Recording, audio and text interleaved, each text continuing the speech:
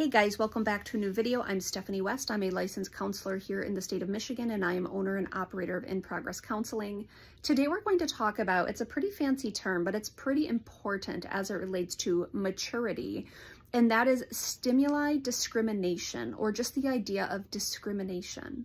And what that means in this particular context is, can my brain discern what is going on in this current situation?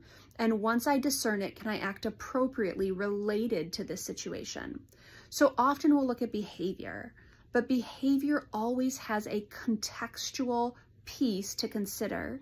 And there's also symbols attached to the behavior that we want to consider. And once we consider all of them, we can make decisions out of that particular framework. And often we'll see a behavior and we'll be like, well, that's peculiar. Why is that person behaving that way? Well, if we dive into their story or we dive into the situation, we might understand things differently. So for example, when we talk about symbols, I'm going to talk about money. Money really is quite arbitrary, but we've all agreed that that symbol means something. So if I take a $5 bill and I bring it into a situation, we have a mutual agreement on the definition of what $5 means because it's embedded in our culture. Okay, so we have a symbol that means something. But that symbol in different contexts can take different understandings or interpretations or meanings. So let's say I take $5 and I hand it to a 5-year-old and I say, hey, let's go to Five Below, you can get anything. Well, that $5 means a whole lot. It means opportunity. It means, you know, I can go get something. I can do something pretty extravagant.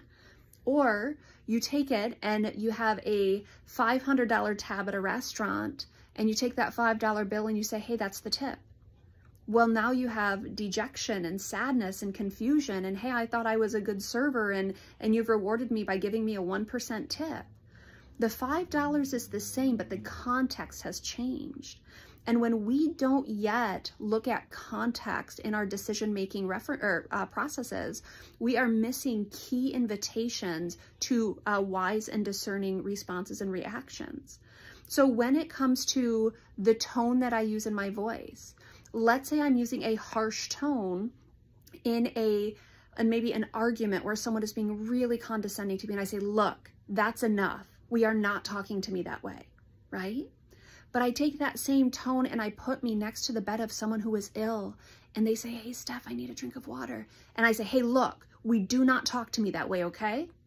It's totally different. But often there's people who don't have yet developed an understanding of what the stimuli is and what the context is for that stimuli. So they don't have the discrimination yet. And often our nervous systems don't actually take time to discriminate. They hear loud voices, we shut down, or we retreat, or we lash out, or it has a sense that something is abandonment, so we call it abandonment and we respond out of it. Stimuli discrimination is a paramount piece of our response system, but you actually have to take the time to say, hey, what is the context here? That person spoke to me harshly. What was the context? Oh, we were just in a really hard situation and they haven't eaten and they haven't slept and they're highly emotional.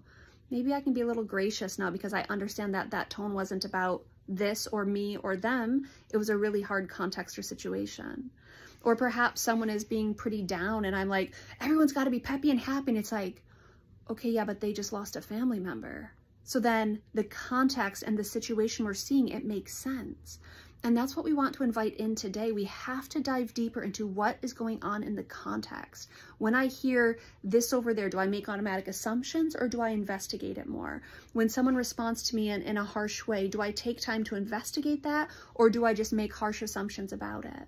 We need to learn how to discriminate the information that's coming in. We need to look at context. We need to look at what do things within the context represent? What is my perspective? What is their perspective? It is a robust way of intersecting with the world around us. If we don't take time to consider context, if we don't take time to discriminate things well, chances are we're going to be more reactionary, more impulsive, and really underinformed when we decide how to respond to things.